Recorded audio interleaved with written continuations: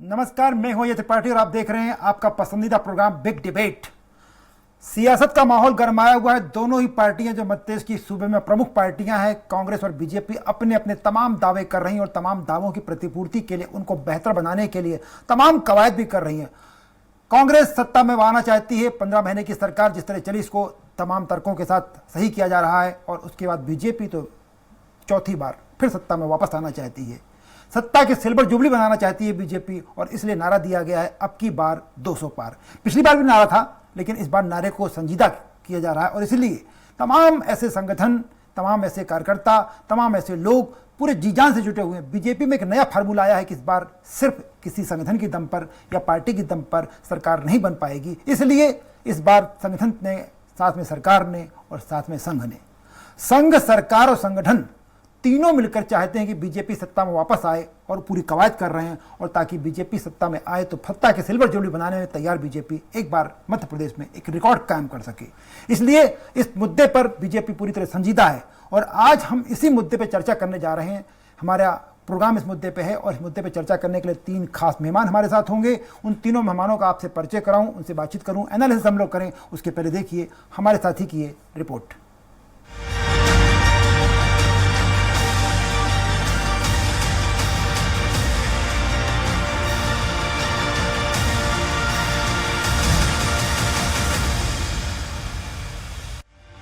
मध्य प्रदेश में 5वीं बार सत्ता में वापसी और विधानसभा चुनाव में जीत हासिल करने भाजपा ने ट्रिपल एस का फॉर्मूला तैयार किया है। यानी इस बार सरकार, संगठन और संघ तीनों मिलकर मिशन 200 को पूरा करेंगे। इसके लिए तीनों संयुक्त रूप से रणनीति बनाकर काम करेंगे। पार्टी को उम्मीद है कि इस बार एमपी में भी भाजपा गुजरात की तर्ज पर रिकॉर्ड जीत हासिल करेगी। भाजपा ने 3S का फॉर्मूला किया इजाद। विधानसभा चुनाव फतेह करने की है तैयारी। संगठन का बूथ जीतने पर फोकस, सत्ता का फोकस लाडली लक्ष्मी और लाडली बहना योजना के जरिए आधी आबादी पर। संघ भी लगातार कर रहा बैठक और मंथन। संघ प्रमुख के एमपी दौरे भी अहम। दरअसल सरकार संगठन के साथ अब संघ भी पूरी तरह से चुनावी जमावट के मैदान में आ गया है।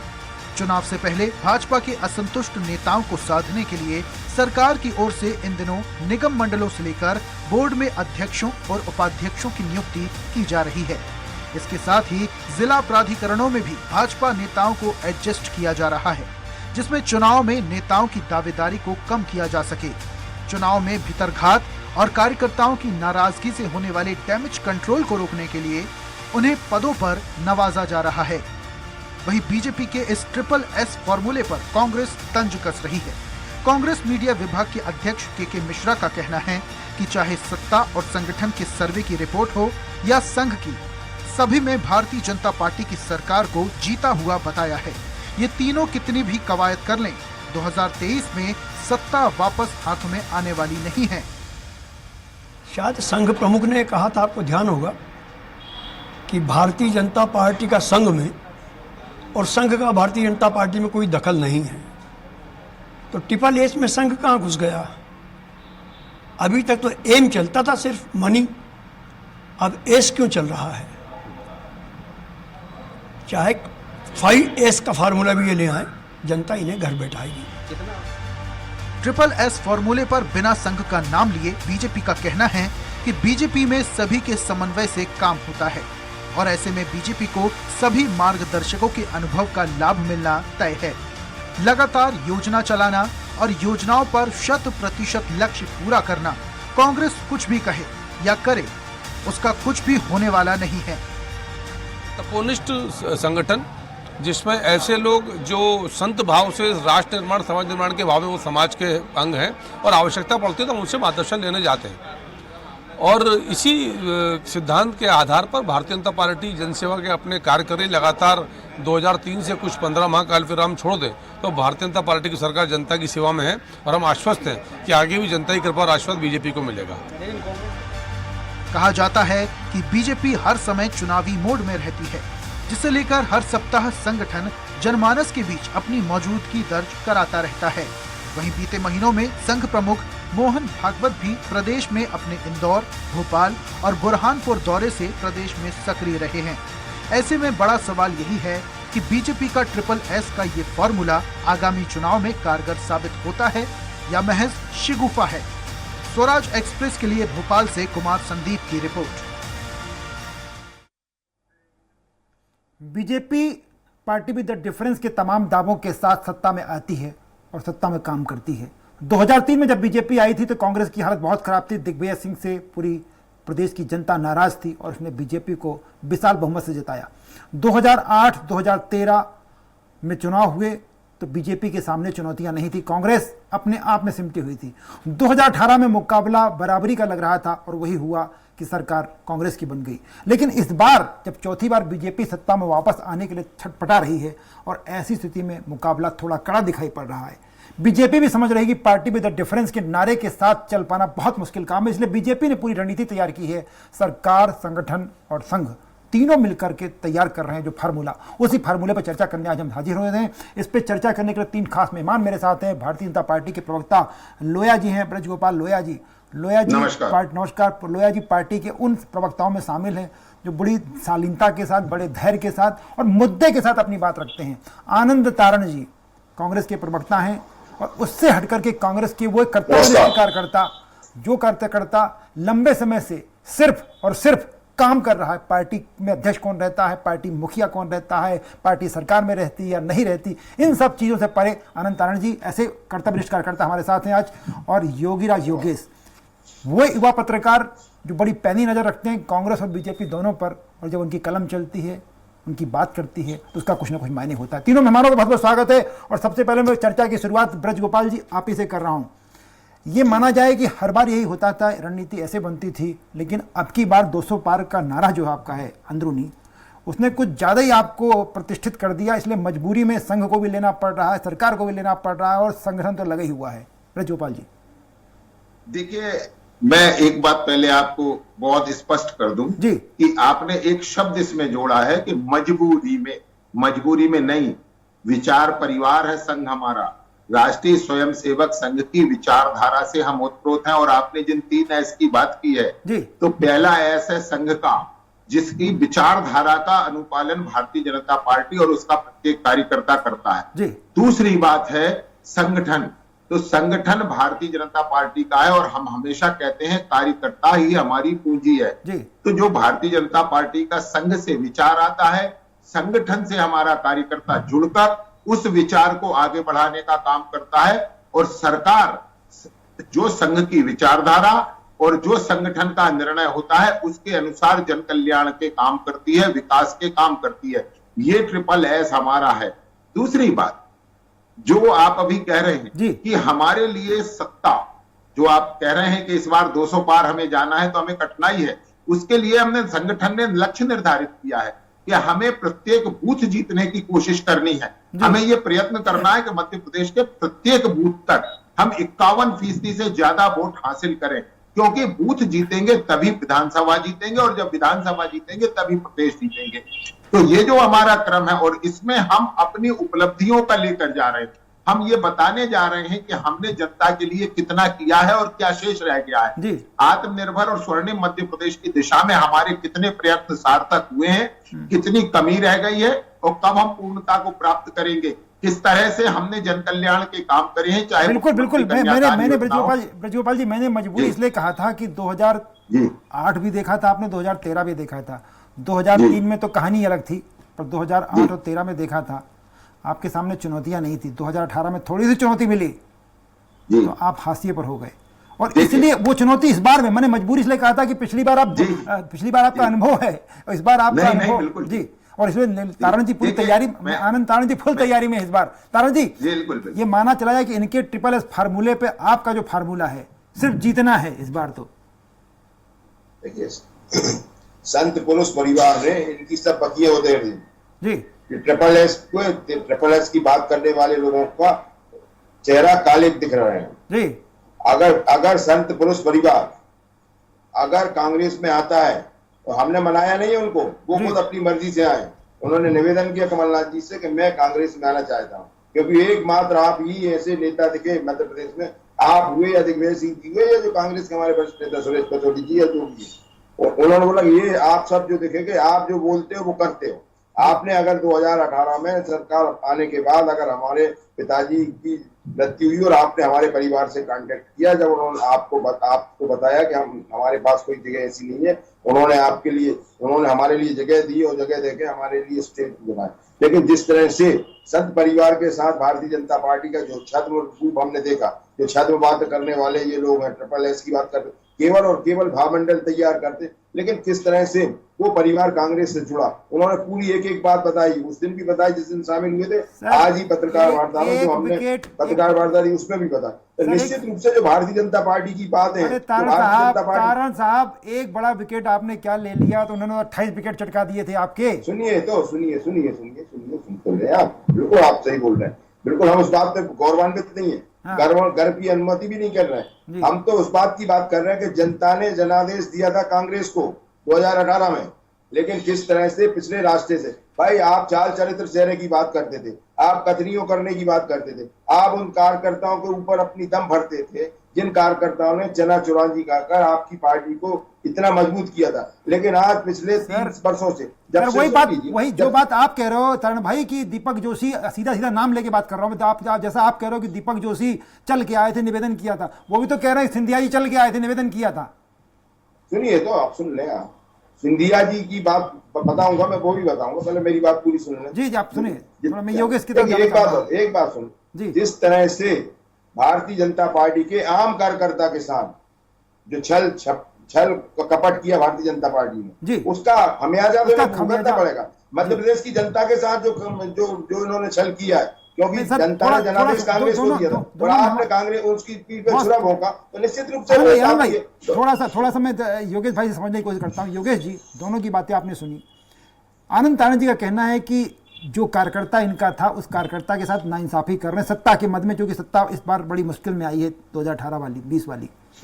और लोया जी कह रहे हैं कि हमारा तो परंपरा ही यही है, संघ, संगठन और सरकार तीनों मिलकर ही काम करते, ट्रिपल एस कोई नई बात नहीं उनके लिए। मैं आपसे समझना चाहूँगा कि क्या इस बार नहीं लग रहा आपको कि बीजेपी कहीं ना कहीं कुछ संकट में है, इसलिए बीजेपी में संघ की भूमिका उतनी आक्रामक दिखाई पड़ रही जो पहले कभी नहीं दिखाई पड़ती थी। सरकार की भूमिका भी अब तेज हो गई है और संगठन एक अलग प्रक्रिया से चल रहा है। योगेश जी देखिए अजय जी, आपकी ये बात तो बिल्कुल सही है कि इस बार चुनौती बहुत ज़्यादा है भाजपा के लिए, और ट्रिपल एस की जहाँ तक बात है तो लोया जी बिल्कुल ठीक कह रहे हैं कि हमारे लिए ये कोई नई बात नहीं है। लेकिन मैं अब आपको बताऊं, जब सत्ता, संगठन और संघ मिलकर काम करते थे तो बीजेपी को 150 से ज़्यादा सीटें मिली थी। 2008 की बात मैं कर रहा हूँ, 2013। लेकिन जैसे ही इनमें थोड़ा सा तालमेल गड़बड़ाया तो सीटें लगातार कम होने लगी। अब आप तीनों की बात करो, सत्ता, संगठन और संघ, आप देख लो सत्ता की स्थिति इन 15 सालों में इतनी तरह से, मतलब संघ, संगठन और सत्ता एक तरह से मुझे ऐसा लग रहा है कि बिल्कुल लचर स्थिति में, गड्ढम गड्ढे की स्थिति में। सत्ता की हालत ये है कि मध्य प्रदेश में इतना भ्रष्टाचार इसके पहले कभी नहीं देखा गया। मुझे याद आ रहा है, आपको भी ये जानकारी होगी, जब मैं एक उदाहरण में दे रहा हूँ, पाकिस्तान की प्राइम मिनिस्टर बनी थी भुट्टो, उनके हस्बैंड थे आसिफ अली जरदारी। जब भुट्टो काम करती थी तो उनके हस्बैंड पर ये आरोप लगे थे कि ये रिश्वत लेते हैं और इनका नाम रखा गया था मिस्टर 10%। लेकिन मध्य प्रदेश में तो मिस्टर 100% घूम रहे हैं। आप ये देखो कि कोई भी काम बिना रिश्वत के नहीं हो रहा। शिवराज जी के ऊपर सबसे बड़ा जो चार्ज इस समय जो लग रहा है वो यही है कि भ्रष्टाचार पर उन्होंने इन दौरान कोई अंकुश नहीं लगा पाए, लॉ एंड ऑर्डर की स्थिति के मामले में भी कोई अंकुश नहीं लगा पाए। तो सत्ता, इन 18 सालों में सत्ता का स्वाद थोड़ा सा कसेला हुआ है। संगठन की जहां तक आप बात करें, संगठन की स्थिति, जो एक संगठन जाना जाता था मध्य प्रदेश में बीजेपी का, वो संगठन भी लचर हुआ है। संगठन में जो पीढ़ी परिवर्तन के नाम पर जो युवा जो आगे लाए गए, जिन युवाओं को मौका दिया गया, वो युवा भी अपनी जिम्मेदारियों पर खरे नहीं उतरे। दूसरी बात ये भी रही कि युवा पीढ़ी का और वरिष्ठों का जो तालमेल दिखना चाहिए था, उसमें भी कोऑर्डिनेशन की कमी है। तो सत्ता और संगठन में कहीं ना कहीं स्थिति कमजोर है। अब रही बात संघ की, तो मात्र मुझे ऐसा लगता है 3 फैक्टर में से संघ एक ऐसा फैक्टर है जो बीजेपी को सहारा दे सकता है, जो बीजेपी को टेका दे सकता है। मैं ब्रजगोपाल जी, बड़ी योगेश जी ने बड़ी स्पष्ट बात कही, बहुत अच्छी बात कही। आप थोड़ा समझने की कोशिश करिए गंभीरता के साथ कि वो बीजेपी जिसमें निश्चित रूप से जो अभी आनंद तारण जिनका जिक्र कर रहे थे, उस महापुरुष से लेकर के तमाम लोग पूरी ताकत से जुड़ जाते थे। बीजेपी का वो कार्यकर्ता हमने भी देखा है जो नाराज रहता था, लेकिन जब चुनाव आते थे पार्टी संकट में होती थी पूरी ताकत से खड़ा होता था। लेकिन आज आपका कार्यकर्ता लगभग गाड़ियों में घूम करके वो छवि नहीं बन पा रही बीजेपी की। लोया जी समझने की कोशिश करिए, जिस छवि के हम लोग देखें पिछले 30 सालों में, 1980 में जब बीजेपी बनी तब से लेकर अभी तक जो छवि हम लोगों ने देखी बीजेपी की, 2013 तक भी थी, वो तमाम लोग चाहे प्रभात झा के नेतृत्व में लड़ा गया, नरेंद्र सिंह तोमर के नेतृत्व में पूरे एक हो जाते थे, बड़ा बिखराव सा दिखाई पड़ रहा है। तो शायद कि बिखराव के चक्कर में ही संघ को टेका लगाना पड़ रहा है, ऐसा हम लोगों को लग रहा है। लोया जी देखिए, पीढ़ी का परिवर्तन होता है, व्यवस्था का परिवर्तन होता है, समय का पहिया घूमता है, कुछ पुराना होता है, कुछ नया आता है। और पुराने लोग अगर नई पीढ़ी के लिए रास्ता नहीं बनाएंगे तो हम भी कांग्रेस की तरह एक बंद डबरा हो जाएंगे, जहां केवल 2 बुजुर्ग नेता पूरे मध्य प्रदेश में घूम रहे हैं। एक भी नया नेतृत्व तो कांग्रेस विकसित नहीं कर सकती। और जो विकसित आपने कहा था कि 28 लोग गए थे, 28 नहीं 31 लोग इनके छोड़कर जा चुके हैं। ये स्थितियां क्यों हैं? क्योंकि आप नए लोगों को आप नेतृत्व दे नहीं पा रहे हैं। और ये हम ये कहते हैं, हो सकता है कि हमसे कुछ लोग नाराज हों, परंतु वैचारिक रूप से हमसे कोई नाराज नहीं है। और मैं एक बात बड़ी दृढ़ता और स्पष्टता के साथ कहता हूं, कांग्रेस पार्टी भारतीय जनता पार्टी के किसी कार्यकर्ता को ले ले, परंतु वो कार्यकर्ता अपने विचारधारा में इतना दृढ़ है कि वो वहां भी अपने आप को अनकंफर्टेबल फील करेगा, और कांग्रेस पार्टी भी उसको कभी स्वीकार कर नहीं पाएगी। ये मैं आपको बड़ा सत्य कह रहा हूं। बिल्कुल सत्य है। अब स्थिति ये है। अब एक और बात आपसे करता हूं, जहां तक आप मध्य प्रदेश की कह रहे हैं, माननीय योगी जी ने कहा, हम कभी ये दावा नहीं करते हैं कि आदर्श स्थितियां हैं। आदर्श स्थितियों तक पहुंचने का हमारा प्रयत्न है। कमी कुछ छूटी होंगी तो उसको पूरा करने का प्रयत्न है।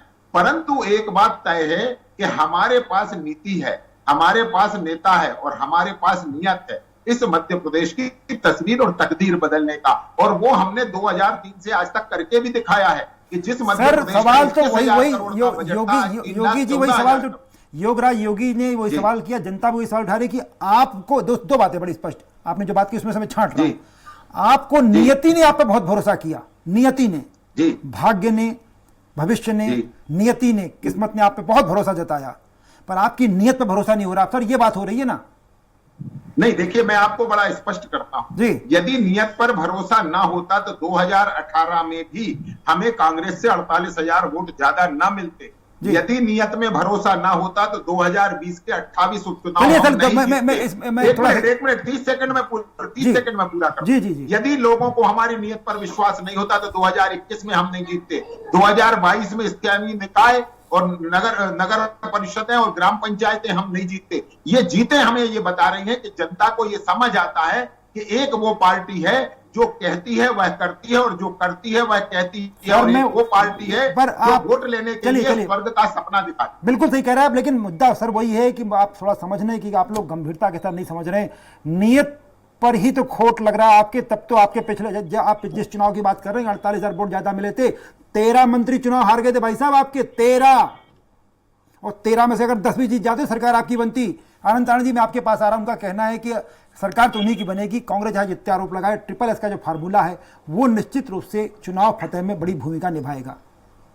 आपके उनका कहना आपके 2 ही लोग बचे हैं, बस 2 बुजुर्ग नेता। 60 सीटें मिलेंगी भारतीय जनता पार्टी जी मध्य प्रदेश में, 60 सीटें। थोड़ी बढ़ा लो, आप 10% प्लस कर ले, 10% माइनस कर लें जी, मतलब 54 से लेकर 66 के बीच में सीटें आएंगी भारतीय जनता पार्टी में। वो कितनी बातें कर रहे हो? अरे जो चरित्र आपने दिखाया है, जो चरित्र आपने स्थापित किया है, जो लोगों की भावनाओं के साथ खिलवाड़ किया है, आज चारों तरफ अराजकता का माहौल है, लोग परेशान है, किसान परेशान है, व्यापारी परेशान है, मजदूर परेशान है, कर्मचारी परेशान है, व्यापारी परेशान है, बेटियों के साथ बलात्कार हो रहा है, सामूहिक दुष्कर्म हो गए, कोई कार्रवाई नहीं है, चारों तरफ लाइन ऑर्डर का अभाव है, लाइट बार बार जा रही है। मध्य प्रदेश की राजधानी में ये हाल है कि एक बार जाम लग जाए तो आधा घंटे तक फुर्सत नहीं, उसको कोई संभालने वाला नहीं है, उस स्थिति को कोई संभालने वाला नहीं है। पुलिस ये इलेक्शन ये आपका इलेक्शन रोड मैप कैसे हो सकता है? ये सब बातें इलेक्शन रोड मैप कैसे बन जाएंगी? वही तो क्यों नहीं बनेगी? क्यों नहीं बनेगी? जब लोग परेशान रहेंगे तो क्या होगा? लोग आज परेशान है, वो चाह रहे हैं कि भारतीय जनता पार्टी मध्य प्रदेश में नहीं आए क्योंकि महंगाई चरम सीमा पर है। निश्चित रूप से जो इनकी बातें हैं वो धरातल पे कहाँ है?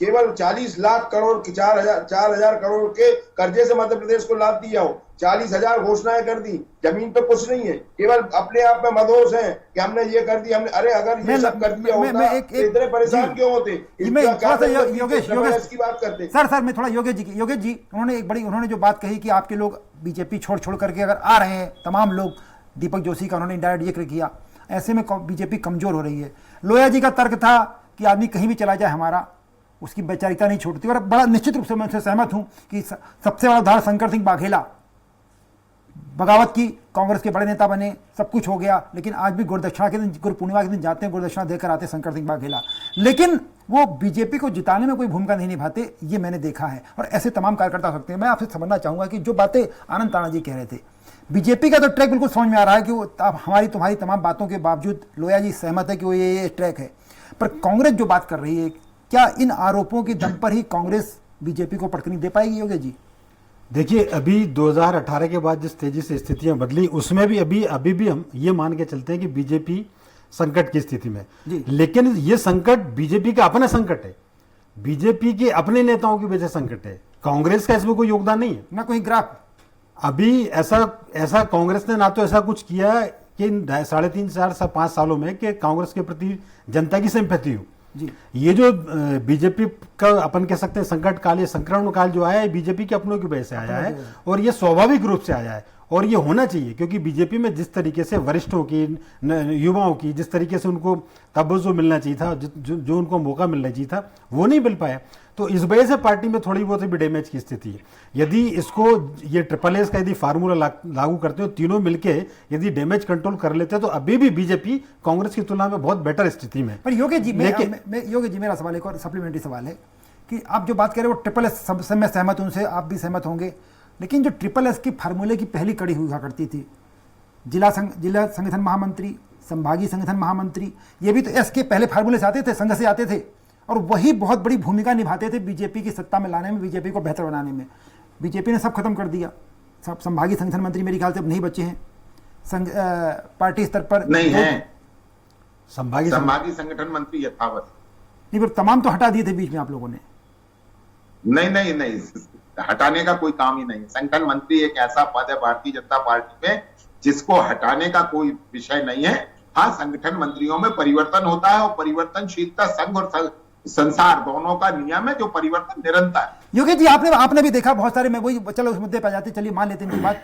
संगठन महामंत्री जो होता था इनके यहाँ पर, जो संघ वाली भूमिका पहली है, बड़े दमदारी के साथ बात होती थी। तमाम आपने उदाहरण देखे होंगे, आप पुराने चले जाएं तो तमाम बड़े बड़े जो संगठन महामंत्री हुआ करते थे, संघ की तरफ से आते थे, वो कहते काम करते थे। और अब जो स्थितियां बन रही पार्टी के अंदर, कई बार ऐसा लगता है कि संगठन महामंत्री भी इनका जो होता है वो पार्टी का एक कार्यकर्ता टाइप बन जाता है, जबकि इसके पहले ऐसी दृश्य नहीं दिखाई पड़ते। तो मेरे ख्याल से जो कोऑर्डिनेशन की कमी की आप बात कर रहे हैं, वही कमांडिंग अथॉरिटी नहीं बन पा रहा है। हाँ, बिल्कुल आप सही कह रहे हैं अजय जी। और दूसरा, एक संगठन महामंत्री का एक जो मूल स्वभाव होता था, क्योंकि संघ की पृष्ठभूमि से वो लोग आया करते थे, तो वो जो आदर्श वाली स्थिति थी वो उनके साथ रहा करती थी। आज के संगठन महामंत्री मैंने तो एक ऐसे देखे जो हीरे की अंगूठी पहनते हैं, जो बिल्कुल 15-20 लाख की गाड़ी में चलते हैं, तो ये संघ का चरित्र थोड़ी है।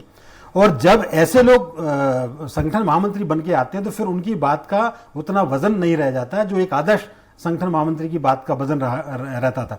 आप देखिए, एक समय में मध्य प्रदेश भाजपा में कप्तान सिंह सोलंकी जैसे अकेले प्रभारी थे, आज 5 प्रभारी मध्य प्रदेश भाजपा के, और कोई साउथ से आ रहा है, और कोई नॉर्थ से आ रहा है, और कहीं से आ रहा है, जो आ रहा है वो अपनी बात कहता हुआ चला जा रहा है। वो एक बात थोप के चला जाता है, कोई कहता है कि बाउमन मनी हमारी जिम में है, कोई कहता है कि 25। हम लोगों ने पैरेलल खंडेलवाल जैसे व्यक्ति को संगठन महामंत्री के रूप में देखा है, कप्तान सिंह सोलंकी जी को देखा है, हम लोगों ने भगवत शरण माथुर जी को देखा है, हम लोगों ने तमाम ऐसे लोगों को संगठन महामंत्री के रूप में काम करते देखा है, जो बड़ी पूरी दरिया दिल्ली के साथ, पूरी जिंदा दिल्ली के साथ काम करते थे।